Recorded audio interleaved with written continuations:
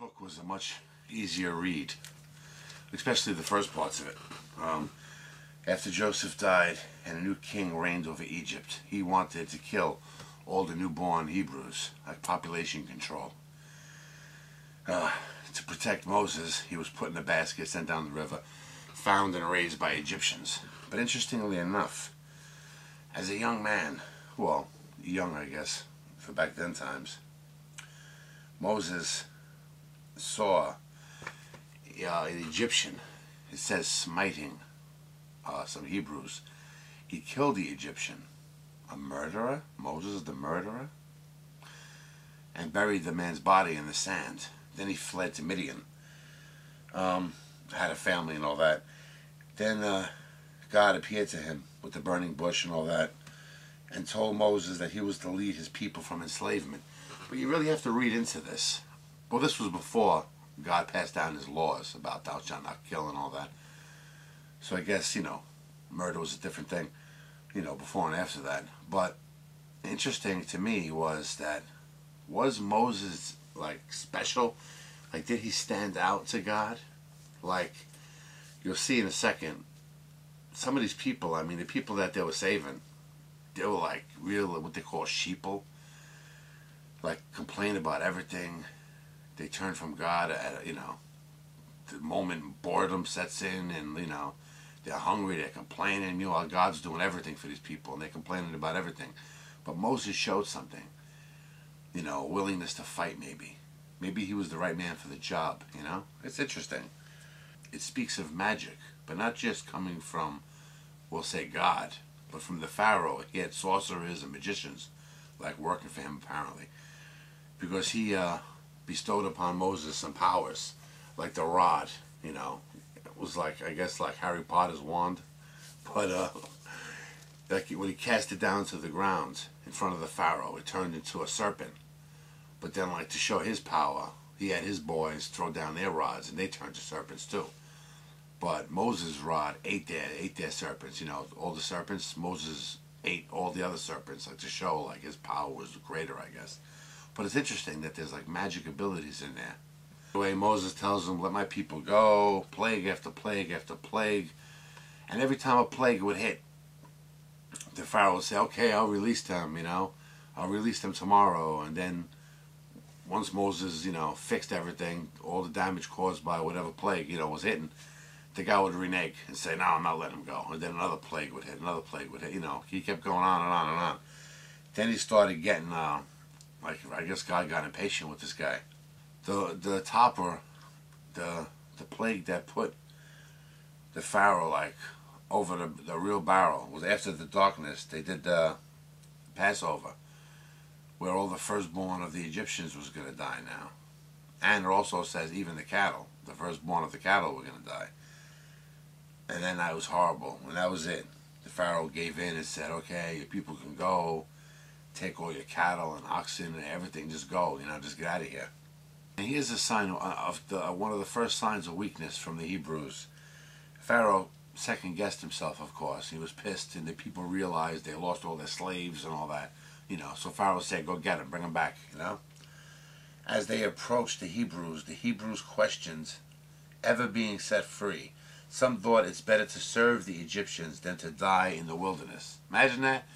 They're so weak. They got a taste of freedom. And then, they feel like they're trapped now, They're by the sea.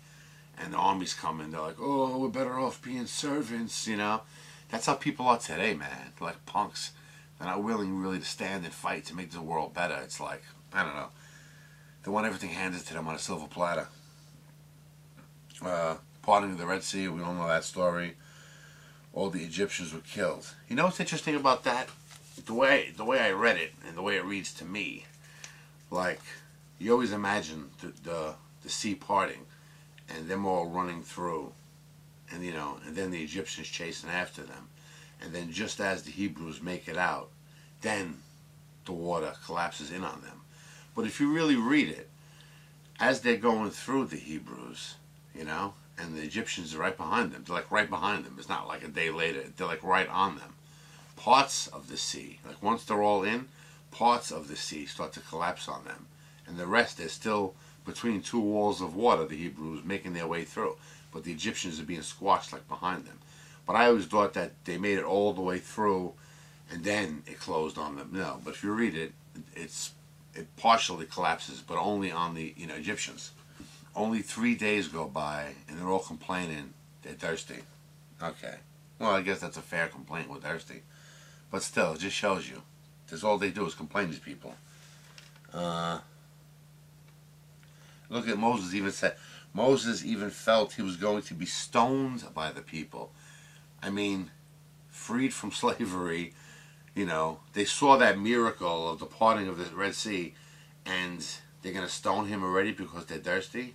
Like, what are these people, like, real idiots? Yeah, in Exodus 20, the commandments are mentioned, but this is before he goes up on the mount. And Exodus 21, there's lots of controversial things here. An eye for an eye. If you curse your parents, you shall be put to death. And there's lots of livestock laws. Like if your livestock causes the death of somebody, it shall surely be put to death. And there's a whole bunch of them.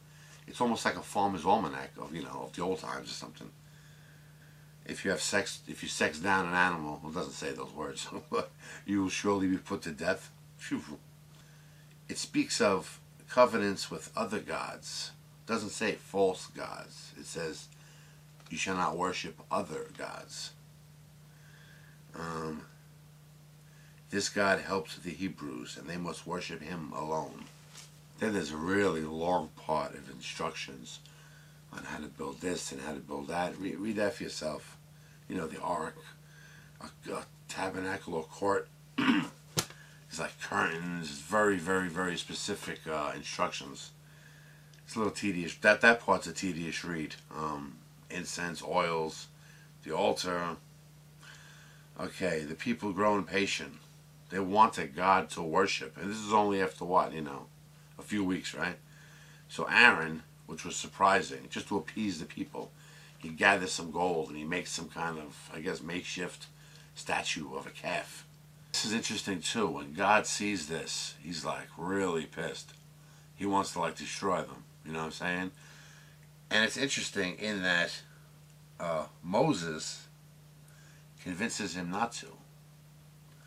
I guess that's why Moses, I think he's called the great mediator, because he's like, the mouthpiece between the stupid people and a great God, so he's like really doing everything he can to protect his people. He knows they're ignorant and like, troublesome, mischievous, I think the Bible says. This is interesting too, 34:14. For thou shalt worship no other God, for the Lord, whose name is jealous, is a jealous God. That's interesting. But I guess that's how we could all feel. It's like if you do so much for somebody, and then they turn around and like backstab you, doesn't that hurt? I mean, never mind God. Look at our own lives. Like people doing, like you help somebody so much, you do so much for them, but then they turn around and slap you in the mouth and F you, So we could see, it might sound like, oh, God is jealous, but can't we all relate? I mean, we've all been backstabbed, I'm sure, multiple times. It's a rotten feeling, man. It's something to think about. Don't judge God too hard in this situation. I think the people are the ones to be judged hard. And at the end, the tabernacle is built according to the instruction, God's instructions. I'll inject something here. It's like people today, look at us, like a lot of us don't believe in God. Okay. These people experienced God directly. They saw the miracles of God, right? The parting of the sea alone is amazing, right? Imagine seeing something like that. And yet, they still turned on God, right? Think about that for a second. Those people, the chosen people that God was saving, are worse than the atheists today, okay? Because the atheists today, they don't have the benefit of seeing miracles, okay? They didn't turn on God after seeing such a miracle. This is thousands of years, and they can't believe it. They don't see miracles. They don't see God in this world, okay? Think about it. Those people saw miracles and turned from God, okay? The chosen people turned from God. Well, That's Exodus